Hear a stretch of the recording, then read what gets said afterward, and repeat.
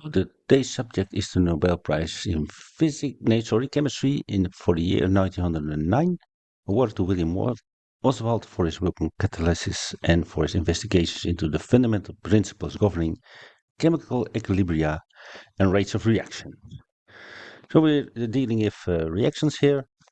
As you can see, here you have a slow reaction, the rusting of iron, and here you have a fast reaction, the combustion of wood, which in fact more or less the same reaction, uh, a reaction with oxygen. This one reaction is slow and this one reaction is fast. And catalysis means that you can increase the speed of a slow reaction by adding a catalyst. Well, we can go to this. We'll come to this slowly because, as you can see, it is the subject of the Nobel Prize lecture given by William Ostwald in 1909 when he received his prize. As always, this is summarized by me, not a complete lecture, which is considerably longer. And if you hear this summary and you think I want to read the complete lecture, that is of course possible. There will be a link in the description of the video, which you can also see at the end of this video. Well, on catalysis then, acceleration of chemical processes. Oswald points at early work of chemists. Most of this I have skipped. It's interesting, but for reasons of ranks. In the first quarter of the 19th century, the interdependence of the composition and properties of chemical compounds resulted in the theory that they are mutually related. The form of, as an example, water can change, thus its properties, which is a physical but not a chemical process. You can freeze water, for instance, or evaporate it. No chemical change occurs then, but a physical change. In the 1830s, substances were discovered having dissimilar properties but were identical in chemical composition. Berzelius did that. Thus, isomerism, that's what it's called, was discovered. Berzelius raised it to a scientific concept. The atoms are assembled in different ways, that is clear. But it are the same atoms, arranged in a different way, that is what's called isomerism. Berzelius was unfortunate with another concept, catalysis, chemical kinetics. We know from biology that new forms of organisms stimulate the primitive form first, even living under different circumstances. A number of these forms in these conditions are superfluous or even detrimental. But evolution does not shed these rudimentary organs at once. They may seem efficient, a biological inertia, as Herring said. The same characteristics exist in science. New concepts are simulate closely existing concepts, thus absorb rudimentary elements, which subsequent research has to eliminate, which is difficult since they are very appropriate to the thinking of the area. Before Berzelius, no one connected individual phenomena regarding as special cases. An example is the formation of dextrin and sugar from boiling starch and acids, which was known for years. Berzelius grouped it together with other phenomena, based on all work on Michelitz, who had found that sulfuric acid was not consumed during the transformation of alcohol to ether, but was somehow needed.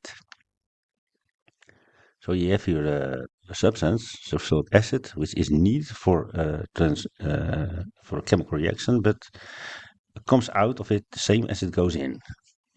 That's a catalyst. The processes grouped together with Berzelius were the transformation of starch into dextrin and sugars by acid, Kirchhoff 1811, the same transformation by malt extracts, Kirchhoff 1814, the decomposition of hydrogen peroxide into water and gaseous oxygen in the presence of platinum, manganese dioxide, etc., investigated by Thenar in 1818. And further, the action of finely divided platinum on inflammable gas mixtures, Davy 1817 and Dobereiner 1823, plus the formation of ether by the action of sulfuric acid, Mitslich 1834. Common to all these phenomena, the processes occur not spontaneously, but only after a substance is added which is not consumed. That added substance was labeled catalyst, the underlying force catalysis. Berzelius knew that is not yet an explanation of what is happening. A controversy with Liebig followed. Berzelius in general showed that Liebig's assumptions were invalid, but also that the phenomena was still not explained at all. In general, also due to Liebig, the concept of catalysis was not accepted by scientists. Strangely enough, it was Liebig with Wohler that gave new relevant facts, finding a catalytic from an enzyme action labeled emulsing. An enzyme is a biological catalyst. Payen and Persus found in 1883 that starch changing into dextrin and sugar needed a special substance. They did not pursue it, but did develop a technical application. The time was not ripe for the concept of catalysis because the concept of rate of chemical processes was not developed yet. At the time, mainly fast reactions were studied. Slow rate processes were hardly investigated and regarded as atypical. The dwindling reputation of Berzelius and the rise of Liebig did not help. Wilhelm developed the concept of the rate of chemical reaction. Bios and Perses investigated the insertion of cane sugar, which rotates the polarization of light to the right, but it rotates it to the left if diluted acid is added. It was also noted that the process is not instantaneous, the needed time varying with the added acid and the temperature. The rate of chemical reaction is the different quotient of the amount of substance with respect to time, and this is linked to the concentration. V, that's the speed, is dA divided by dt. Yeah? This is the amount of substance divided over time. Wilhelm then discovered the general law for the dependence of the simplest processes. Another law, the influence of the acid is proportional to its concentration and depends on its chemical structure. Initially, Wilhelm's paper had no repercussions. Lot of catalytic reactions on slow rate processes remained separated. But sooner or later, the two were bound to meet, and Kocher was able to make this step. He started with finding a quantitative measure for the concept of chemical affinity. Oh, there's a typo here. They then continued by measuring the rate of reaction. During these studies, he had to deal with catalytic reaction and the separation of esters under the action of acid. The sought for relation between static equilibrium and dynamic matter proved real. The strength of acid was acknowledged to be a common property of the particular acid. I expected to find the same when investigating the inversion of sugar. It was shown again the close relation between the strength of the acid and the catalytic action. Next step, investigation, oxidation and reduction. First, oxidation of hydrogen iodide by bromide.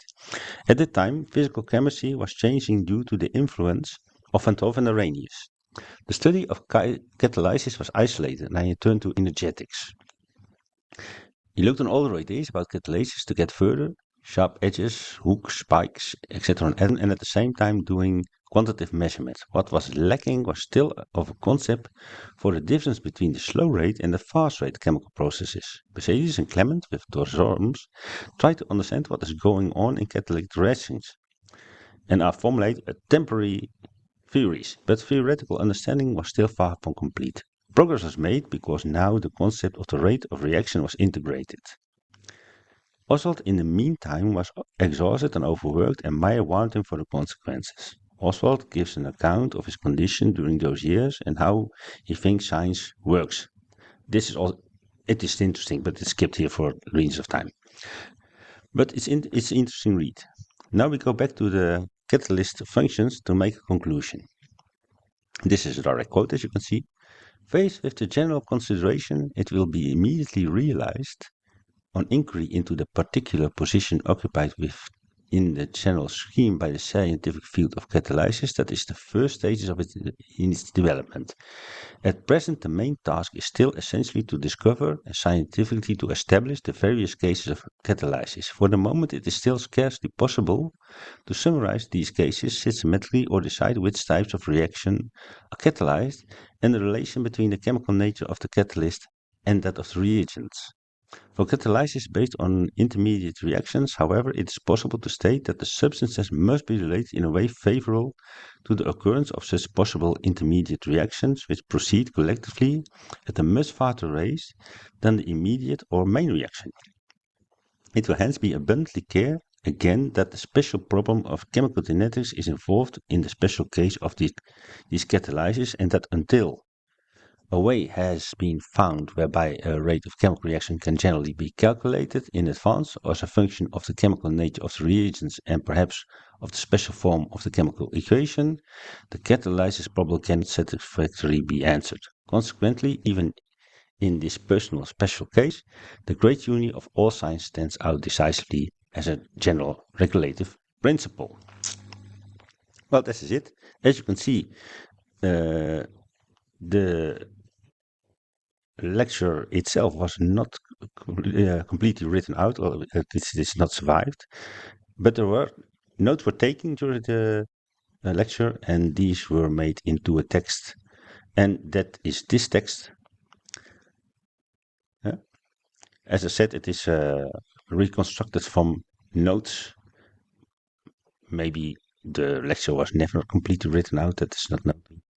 But again, if you want, it has more argumentations, of course, than this summary. So if you want to read the complete text, follow these links, which will also be in the description of the video. Here you can see some diagrams. Here you can see what the catalyst does. Here you see that more energy is needed to start the reaction. And with the catalyst, less energy is needed. So that helps to start and speed up the process, of course. Here you can see a case of isomerism. Here you have two molecules. We have 4A atoms, one B atom and one L atom. These are made up, of course, but it doesn't matter. And you can see that they just have the same chemical composition, but the B and the L are at different positions. That is called isomerism. This is a cis version, this is a trans version, but there are even more. You see only the B is on a different position here. Okay. And here you see an example of isomerism in real ascorbinsäure. Well, you can see that there are here pictured 4 different versions. If you count the carbons, the hydrogens, and the oxygens, you will find the same number for all 4 of them, but you can see geometrically they are different. That is isomerism.